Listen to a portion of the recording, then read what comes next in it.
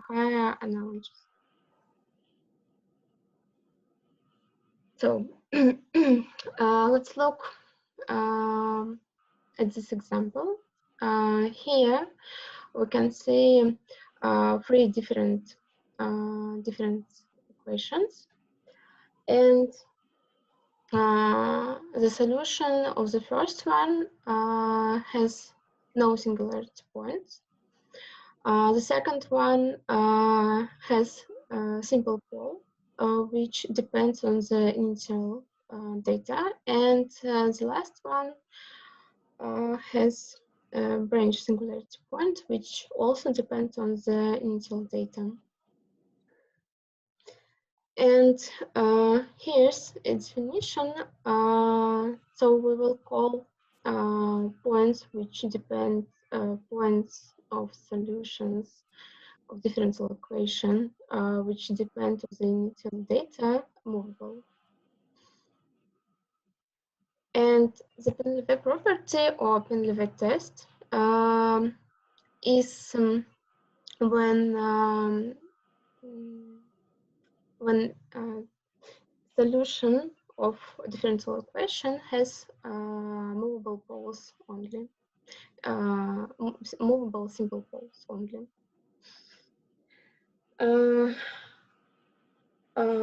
Paul Painlevé and his school classify all differential equations which satisfy the Painlevé property in the form 1, where P is a meromorphic function in Z, and a rational function and W and W prime.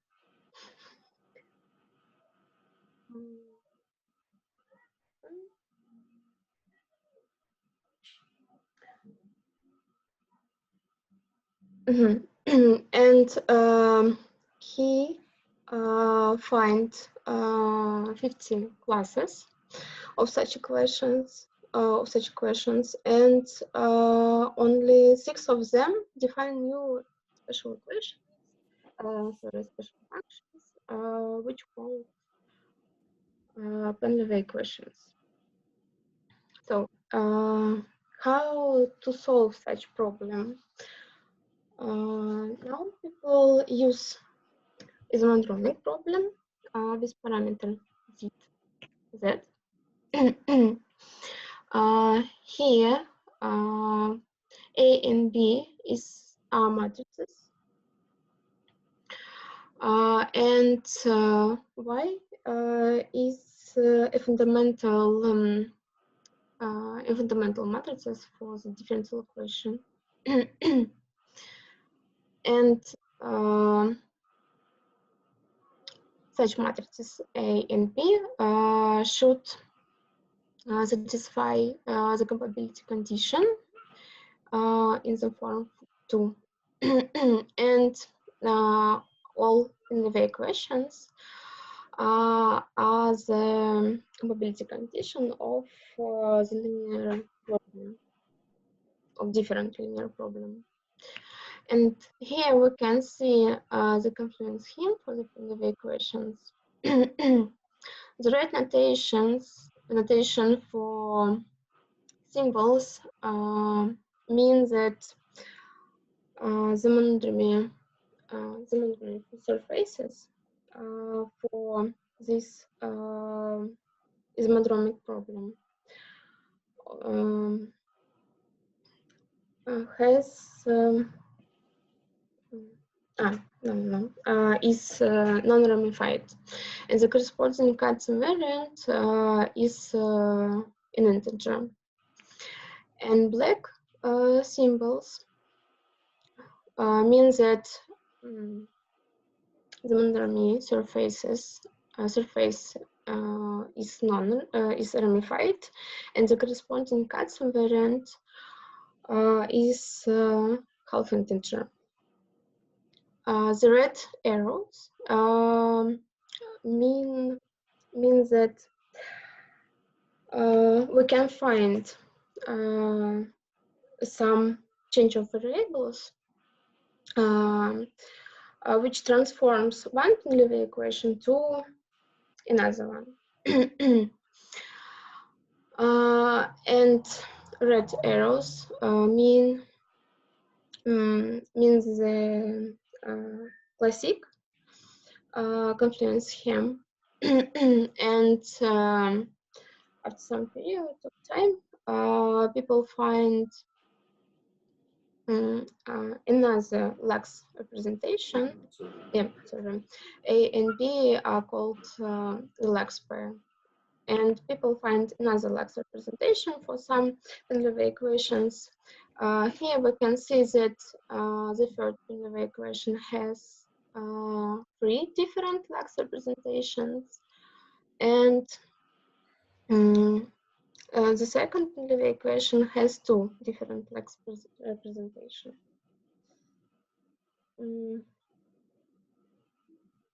So let's move on.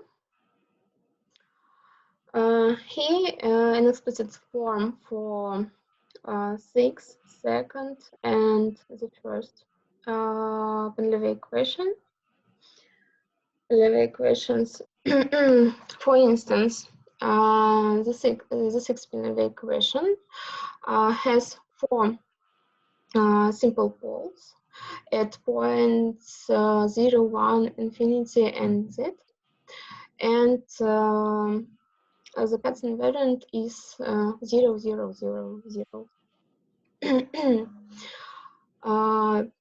So here we can see that P2 equation has one integral point at infinity with the Katz invariant equal to 3.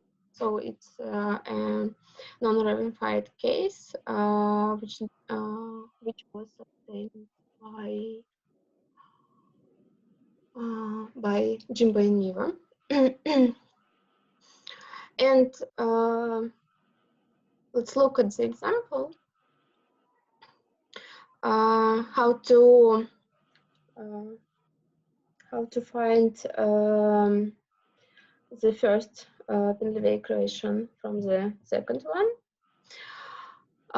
We can use such change of variables, and the second Painlevé equation becomes to this form. And if we set the parameter epsilon to 0, we find the first Painlevé equation. So now I would like to talk about the second Painlevé equation, and we move on to the integrability. So Okamoto finds canonical variables which are represented in the form 4. And here we can see the Hamiltonian function, which depends on the Painlevé times z, and the corresponding Hamiltonian system is represented in the form 5.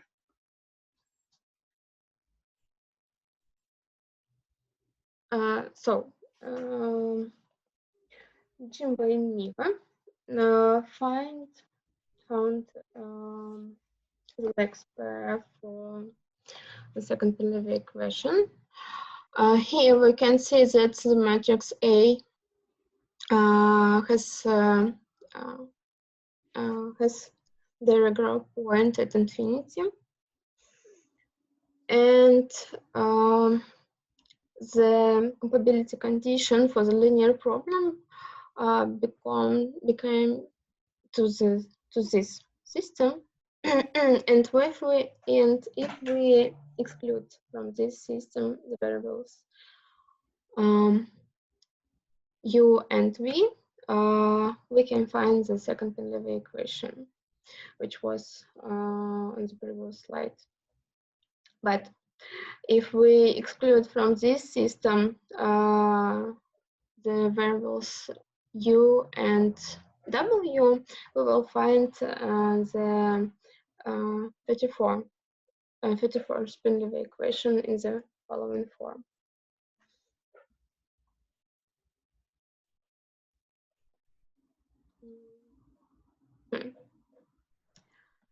So now I would like to talk about the symmetries of the second Painlevé equation. And first of all, we need to define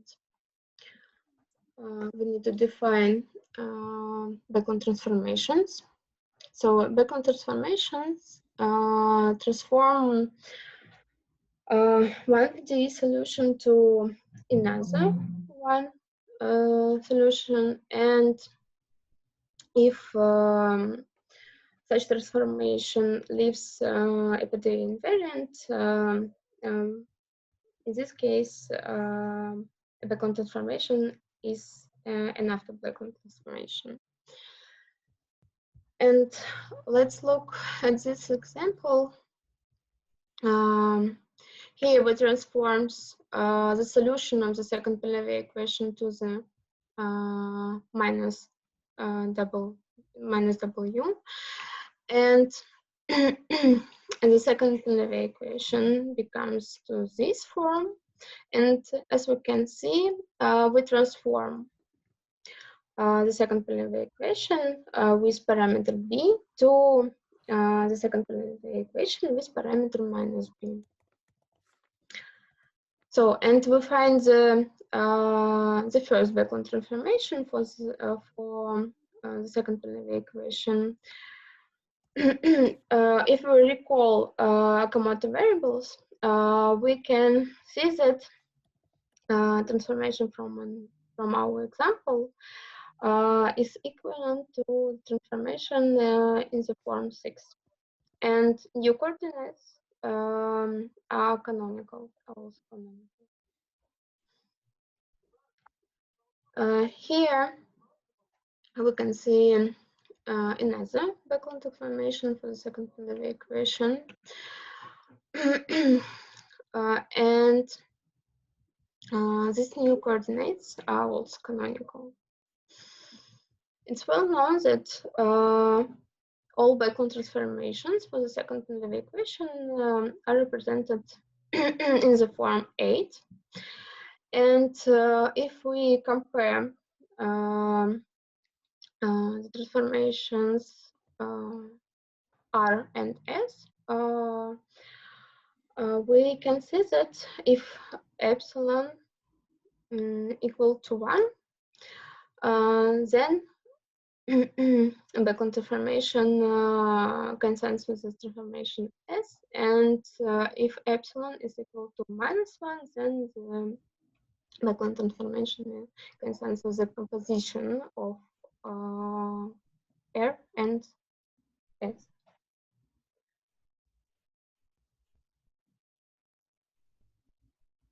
So, since the composition of Backlund transformations is a Backlund transformation, we would like to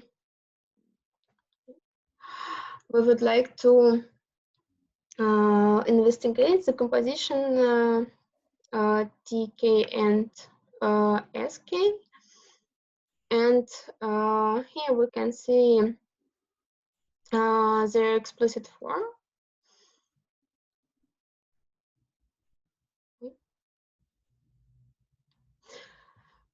So the transformation S acts on the parameter B by reflection with respect to the point 0, and the transformation R acts on the parameter B by the reflection with respect to the point half of 1. And in the compositions of Backlund transformation, in the form 9, act on the parameter B in the this form, and we can find the fundamental relations for transformation R and S, which is this one. So, and using this claim, we can define the affine Weyl group. So if we look at Backlund transformations R and S, they are generators of the affine Weyl group of type of the affine type root system A1 with these fundamental relations, and we using these Backlund transformations, we can define an extension of this affine Weyl group, and is given by the relations in 11. The corresponding Cartan matrix and Dingen diagram are here. So, and it's well known that the Backlund transformation acts on the space of parameters, and using this fact, we can define the discrete dynamics, which we can write down in this form. This discrete dynamics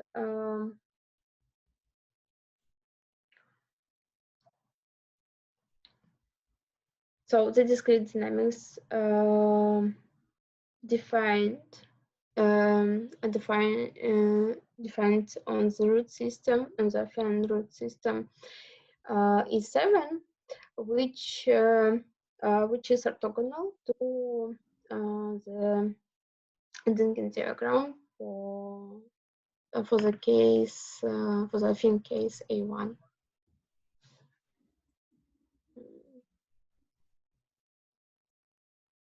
So, and another feature of Backlund transformation is that we can generate solutions for our equation. So we can take a trivial solution, and then by actions of Backlund transformations, we can define a series of solutions. And in our case, the P2 equation has this particular rational solution in the form.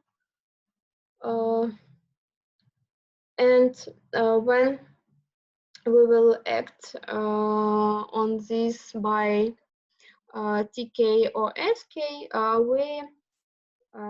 we will get these rational solutions. But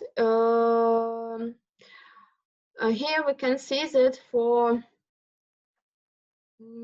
some of them are repeated when we act by TK or SK, and it happens if we have the following relation for the indexes of our compositions. So again, we take the trivial solution for the P2 equation, and using Backlund transformations, we generate new rational solutions, which also satisfies second Painlevé equation.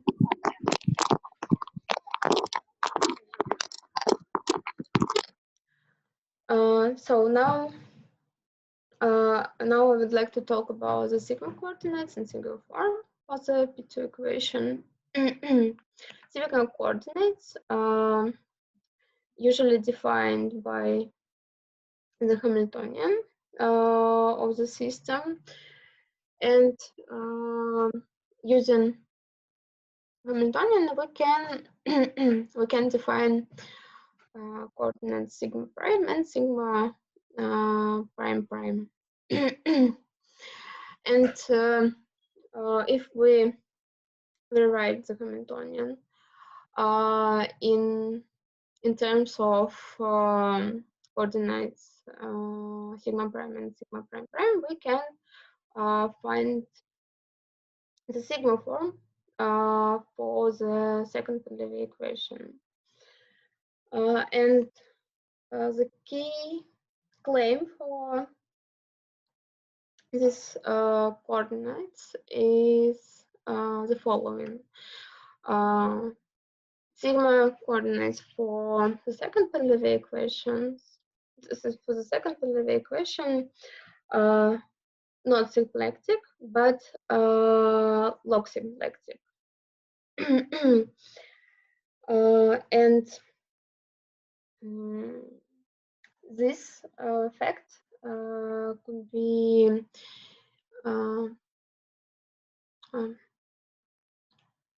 this fact we can use when we work with cluster algebras. And here is a table of the action of the Bayesian group of the affine sigma coordinates.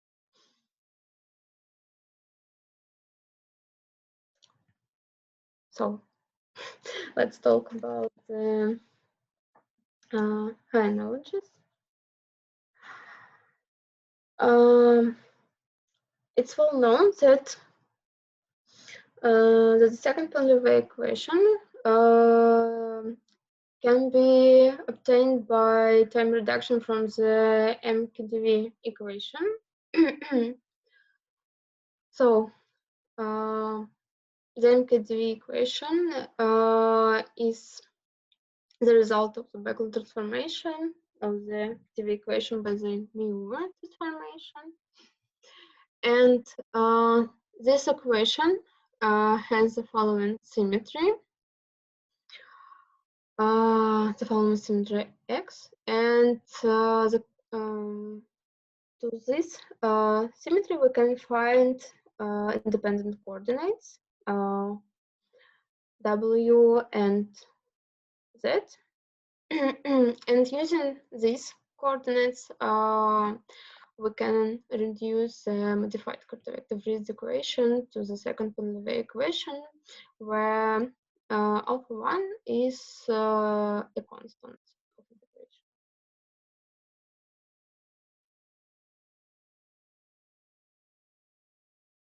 So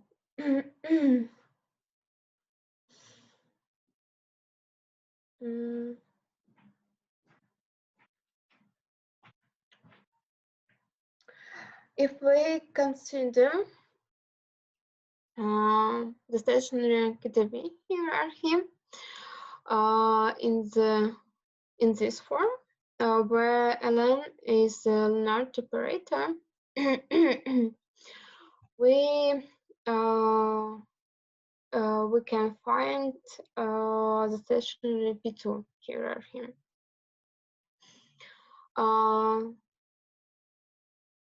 So again, if we use the Muller transformation, we can find the stationary MKDV hierarchy, which is given by these relations. And here we can compare the second members of these hierarchies.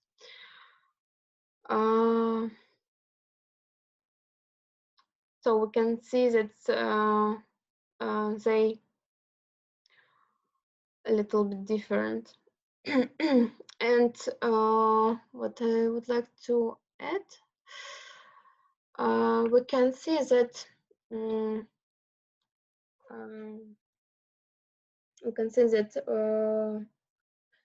we can find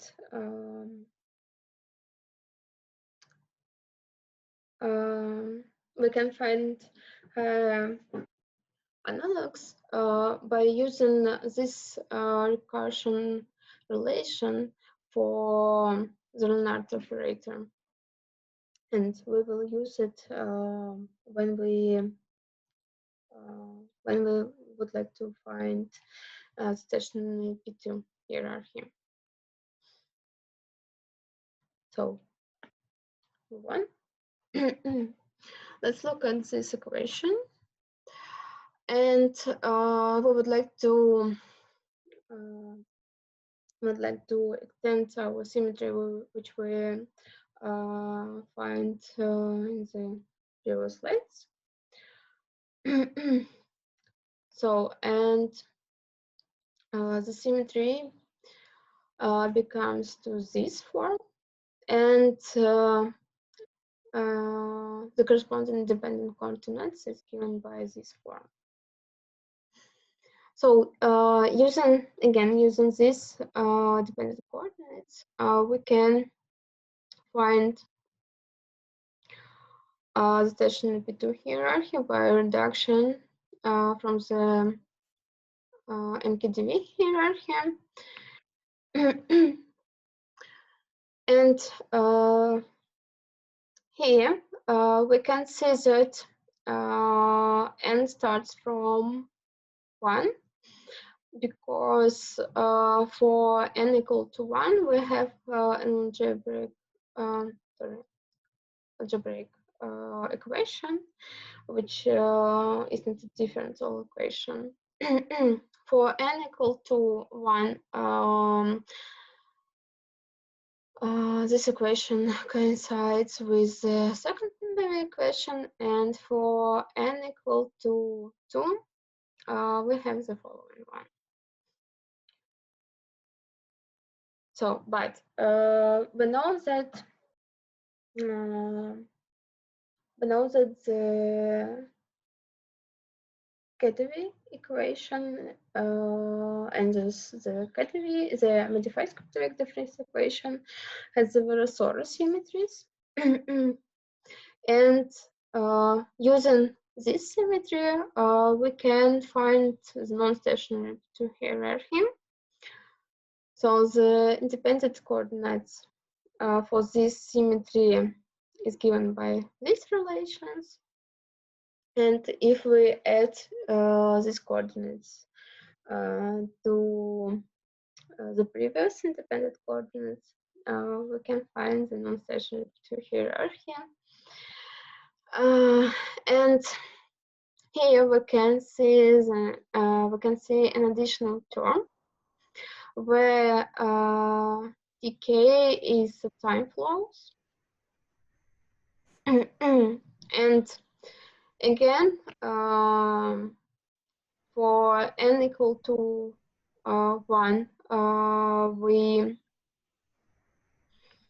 obtain from these relations the second Painlevé equation, but for n equal to 2, we have an additional term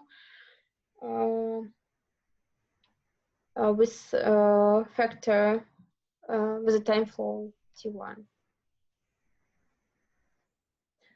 So maybe I'm a bit faster,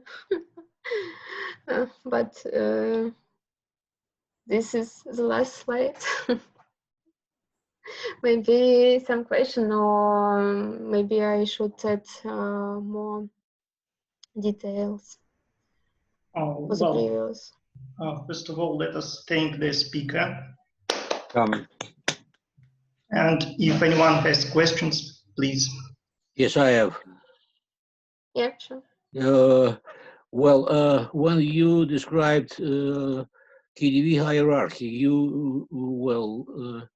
these Leonard operators, they were enumerated, yes, but I know only one. What do you mean by LN? So yeah, L1 L1 is equal to U. L1 should be second order, yes? Yeah, yeah. The square and so on. Yes, and what is, for example, L2? L2? L2 is equal, L2 is equal the third, so let's say. You mean they are just powers of the first one or not? No. The linearity operator is density, Lagrangian density for the first integrals for the GDEq equation, and for instance, L2 is equal to U prime plus 3 U power 2. So they are not the Leonard operators, well, which everyone knows from the theory of integrable systems. Okay, well, we shall discuss it later. Thank you. Okay.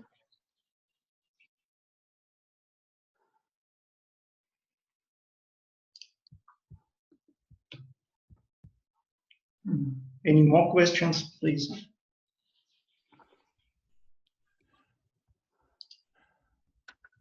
I just want to make a comment because I suppose that Irina didn't explain in details. She just said some strange, a little bit strange for people who never did it, a phrase about the relation between sigma coordinates and cluster algebras. In fact, if Irina, she made a lot of various computations, and she discovered this log symplectic form. So for canonical non-autonomous symplectic form of Akamoto, in coordinates sigma prime, sigma double prime, this canonical Akamoto form becomes really log symplectic. And in other story, the Painlevé equation, and in particular Painlevé 2, they have some very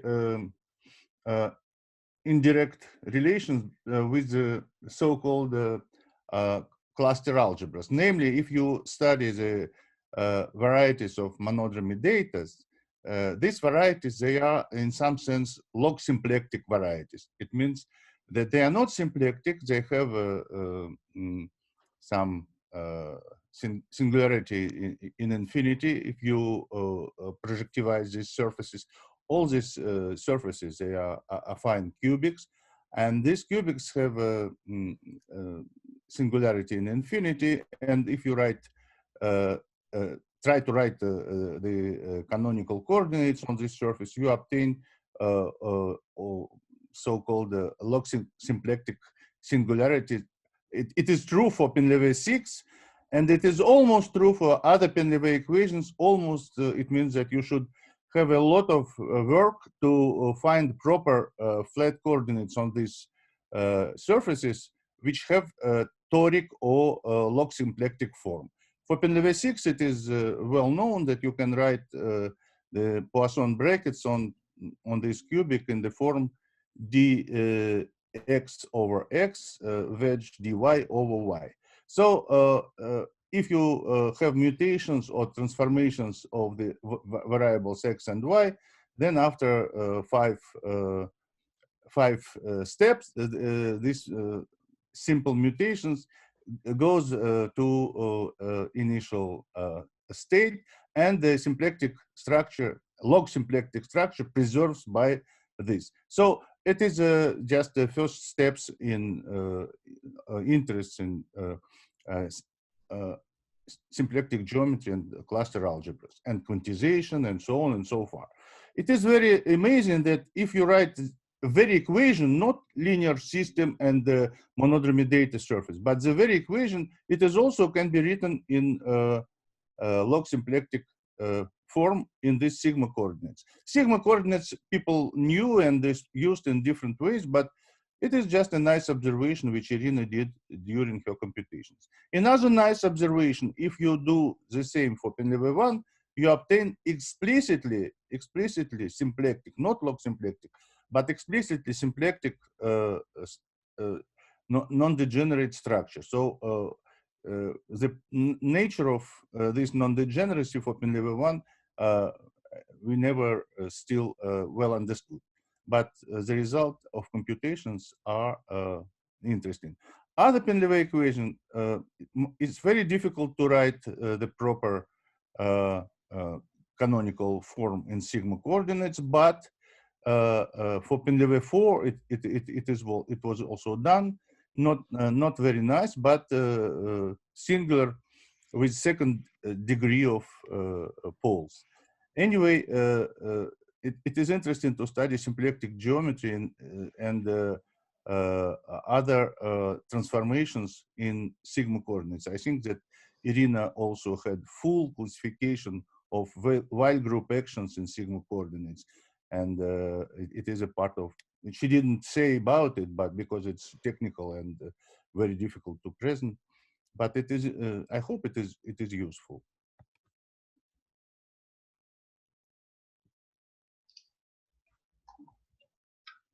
Okay, any more questions, comments? Well, if we have no questions, let us thank the speaker again. And thanks to everyone who joined. So the next time is OVIC, yes?